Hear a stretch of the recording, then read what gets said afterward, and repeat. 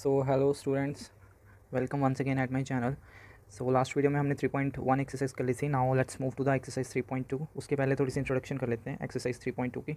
सो क्या है इसमें, देखो पहले जो मैंने आपको 3.1 में भी बता दिया था कि आपके पास तीन तरह की लाइंस होती हैं। एक तो इंटरसेक्टिंग, एक पैरेलल एंड एक कोइंसिडेंट। ठीक है, तो उनका कंपैरिजन ऑफ द रेशियो करवाया। देखो आपके पास जो इक्वेशन थी वो कैसी होती है, we were having a1x plus b1y plus c1 equals to zero, यही थी। सेकंड क्या होती है हमारी, a2x plus b2y plus c2 equals to zero. अब देखो यहाँ तो हमने ग्राफ बनाना पड़ेगा। ग्राफ बना के हम आइडिया लगा सकते हैं कि वो इंटरसेक्टिंग लाइंस होंगी, क्योंकि अगर हमने ये देखो ये लाइंस देखनी है, ये इंटरसेक्ट कर रही हैं फर्स्ट ग्राफ में, सेकंड में पैरेलल हैं और थर्ड में कोइंसिडेंट है।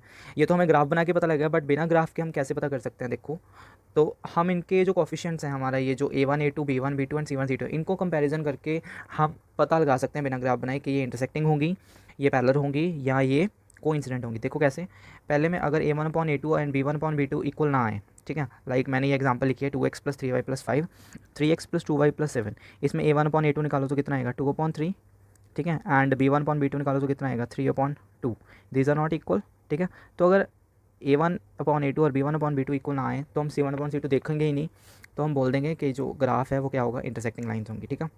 उस ग्राफ की इंटरसेक्टिंग लाइन्स होंगी और वो कितने पॉइंट पे इंटरसेक्ट करेंगी, वन पे, ठीक है। तो उसका यूनिक सोल्यूशन होगा वन, यूनिक मतलब वन सोल्यूशन होगा। और उनको उसका जो पेयर होगा, ये जो दोनों पेयर हैं, इसको हम कंसिस्टेंट पेयर बोलेंगे, ठीक है। तो अगर a1 upon a2 is not equal to b1 upon b2 आया है, इसका मतलब तीन चीज़ें हमें इससे पता लग जाती हैं। एक तो इंटरसेक्टिंग लाइन्स हैं, दूसरा उसका यूनिक सोल्यूशन है, तीसरा वो कंसिस्टेंट है। नेक्स्ट देखो, अब मैंने यहाँ पे एग्जांपल ली है 2x plus 3y plus 5 equal to zero, 4x plus 6y plus 7 equal to zero.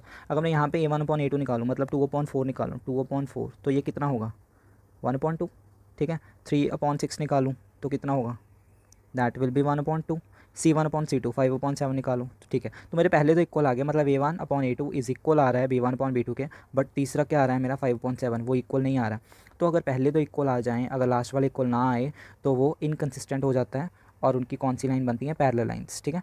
अब पैरेलल लाइंस देखो ऐसी चली जाएंगी, वो आपस में मिलेंगी नहीं, तो अगर वो किसी पॉइंट पे मिलेंगी ही नहीं तो उनका क्या होगा, नो सोल्यूशन, ठीक है। तो अगर पहले दो मतलब a1 अपॉन a2 इक्वल हो जाता है b1 अपॉन b2 के and is not equal to c1 upon c2, तो हमारे पास पैरेलल लाइंस होती हैं, नो सोल्यूशन होता है एंड इनकन्सिस्टेंट होता है। इनकन्सिस्टेंट मतलब हमें उसका कोई सोल्यूशन नहीं मिलेगा। जब भी आपको एक मिले, दो मिले, तीन मिले या कितने भी सोल्यूशंस मिले तो वो कंसिस्टेंट होते हैं, नो सोल्यूशन पे वो इनकन्सिस्टेंट बन जाता है।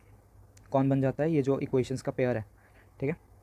आगे थर्ड केस में देखो, अगर मैं 2/4 का निकालूँ तो क्या आ गया मेरा 1/2, यहाँ पे 3/6 निकालूँ तो क्या आएगा, दैट इज़ ऑल्सो 1/2, 5/10 1/2। तो तीनों इक्वल आ गए। अगर तीनों इक्वल आ जाएँ तो हमारे पास को इंसिडेंट लाइन बनती है। को इंसिडेंट मतलब एक के ऊपर एक की भी इक्वेशन सेम है, और सॉरी एक की भी जो पॉइंट ऑफ प्लॉटिंग है वो सेम है, दूसरे के भी सेम प्लॉटिंग पॉइंट्स आ जाएंगे, तो दोनों की जो लाइन है वो एक के ऊपर एक ही बनेगी, ठीक है। अब देखो ये जो एक के ऊपर एक ही बन रही है, ये तो कितने पॉइंट्स पे, हर पॉइंट पे मीट कर रही है, तो इसके इनफाइनाइटली मैनी सोल्यूशन होंगे। और अगर सोल्यूशन है तो ये कौन सा हो जाएगा, consistent. So I hope introduction is clear, ठीक है। So now let's move to the हमारा फर्स्ट सम, उस पर मूव करते हैं। So this is the first sum. क्या कह रहे हैं वो इसमें, form the pair of linear equation, मतलब हमने लीनियर इक्वेशंस बनानी है दोनों, and find their solution. Solution मतलब एक्स और वाई की वैल्यू निकालनी है, ठीक है।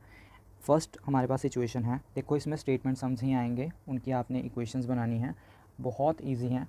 फर्स्ट टाइम आपको ओके लग सकते हैं but they are not so difficult. तो देखो क्या है, 10 student of class 10th, 10 students of class 10th। अब आप दिमाग में लाओ कि क्लास 10th में 10 स्टूडेंट है, उनमें गर्ल्स भी होंगी और बॉयज़ भी होंगे। इतनी स्टेटमेंट पढ़ के आप इमेजिन करना स्टार्ट कर दो, ठीक है। Took part in a mathematic quiz, if the number of the girls is 4 more than the number of boys then find the number of boys and girls. अब एक में आपको 90% सम्स में ये होगा, जो चीज़ आपने फाइंड करनी होगी आपने उसी को एक्स एंड वाई लेट कर लेना है। यहाँ पे हमने क्या फाइंड करना है, find the number of boys and number of girls. So let number of boys equals to x and let number of girls equals to y, ठीक है। फर्स्ट देखो तीन चार वर्ड से हमारी फर्स्ट इक्वेशन बनेगी, 10 स्टूडेंट्स ऑफ क्लास 10th, मतलब class 10th के 10 स्टूडेंट, टोटल स्टूडेंट कितने हो गए 10, मतलब जितने बॉयज़ हैं और जितने गर्ल्स हैं। अकॉर्डिंग टू क्वेश्चन हमारे पास पहली इक्वेशन क्या बन गई, x plus y equals to 10। 10 स्टूडेंट मतलब उसमें बॉयज़ एंड गर्ल्स दोनों ही होंगे, तो this is the first equation. Also second, if the number of girls is 4 more than number of boys, number of girls लिख लो पहले कितनी है, y, that is equals to 4 more, 4 more means 4 plus, किससे ज़्यादा है, नंबर ऑफ बॉयज़ से, सो फिर x लिख लो। देखो ये जैसे जैसे लाइन लिखी है वैसे वैसे आप लिखी जाना, फिर आपका सही होगा। अगर आप आगे पीछे लिखोगे या किसी और वे से समझने की कोशिश करोगे वो गलत होगा, क्योंकि स्टेटमेंट तो एज इट इज़ आएगी, ठीक है। अपना खुद से मेथड मत बनाना, जैसे लाइन लिखी है उसी को वैसे इक्वेशन की फॉर्म में लिखना सीखो। पहले नंबर ऑफ गर्ल्स है, नंबर ऑफ गर्ल्स वाई लिख लिया, इक्वल्स टू 4 मोर है, 4 ज़्यादा है, किससे ज़्यादा है, बॉयज़ से। तो अगर बॉयज़ में 4 प्लस करेंगे तभी हमें क्या पता लग जाएंगी, number of girls. So y equals to 4 plus x. अब हमने इसको इक्वेशन की फॉर्म में लिखना है, वाई को उधर ले जाओ और 4 को इधर ले आओ, सो हमारे पास बन जाएगी x minus y equals to -4। This will be our second equation. अब उन्होंने बोला है इनके जो हमने सोल्यूशन फाइंड करने हैं, ठीक है, ग्राफिकली।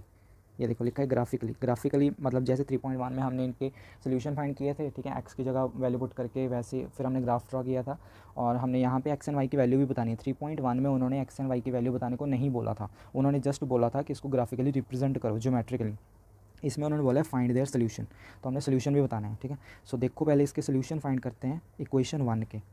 इक्वेशन 1 में कैसे कैसे करेंगे मैंने आपको बताया। पहले x की जगह अगर मैं 0 पुट कर दूँ इक्वेशन 1 में, ठीक है, तो क्या बन जाएगी मेरी ये 0 प्लस वाई इक्वल्स टू 10। तो y कितना आ गया मेरा 10, ठीक है, मतलब 0 पे 10 आ रहा है, ये मेरा पहला सोल्यूशन आ गया। सेकंड, अगर मैं x की जगह 10 पुट कर, अगर y की जगह 0 पुट कर दूँ, ठीक है, दो सोल्यूशन ऐसे ही आ जाएंगे, x प्लस 0 इक्वल्स टू 10। सो मेरा x कितना आ गया 10, तो सेकंड क्या बन गया मेरा 10,0। देखो ये 0,10 10,0 कैसे लिखा है, पहले हम x लिखते हैं फिर हम y, ठीक है, एक्स वाई। तो उसके बाद अगर मैं y x की जगह 3 पुट कर दूँ, चलो, मतलब this will become 3 plus y equals to 10, plus 3 उधर जाके माइनस हो गया, y कितना आ गया हमारा 7। So solution will be 3,7। तो जो हमारी फर्स्ट इक्वेशन के मैंने 3 सोल्यूशन निकाले, 3 या 2 भी निकाल सकते हो, that is up to you. ये मैं 3 इसलिए निकलवा देता हूँ क्योंकि अच्छे से लाइन बन जाती है, नहीं तो 2 में कन्फ्यूजन आ जाती है कई बार, ठीक है। सो अब इसके निकालते हैं सेकेंड इक्वेशन के सोल्यूशन इसके। उसके लिए क्या करें, पहले वही x की जगह 0 पुट कर दो, late x equals to 0।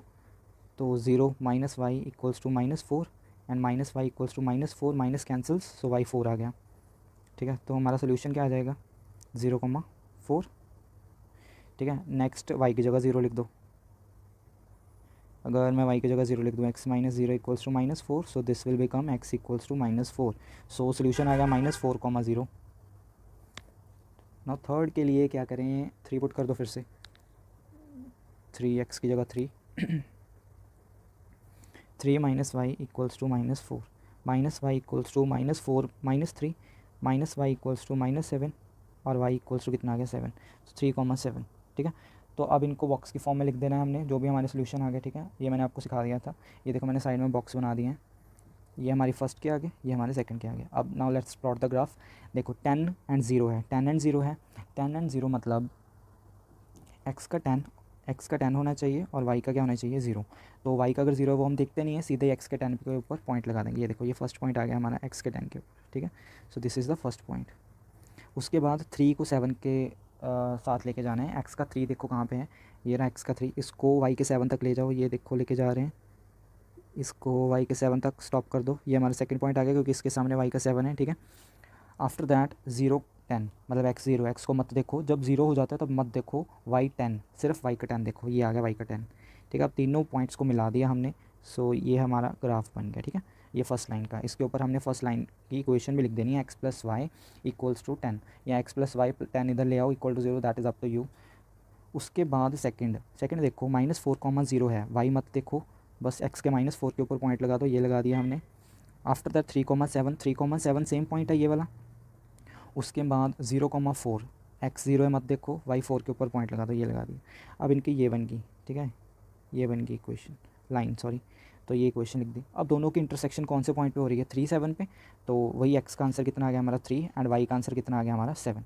x क्या माना था हमने, x are the number of the boys, तो नंबर ऑफ बॉयज़ 3 आ गए एंड y कितना आ गया 7, तो नंबर ऑफ गर्ल्स 7 आ गई and this is your answer, ठीक है। वैसे भी आपको पता लग जाएगा कि जो कॉमन सोल्यूशन एक आता है ना वही आंसर होता है, देखो 3 7,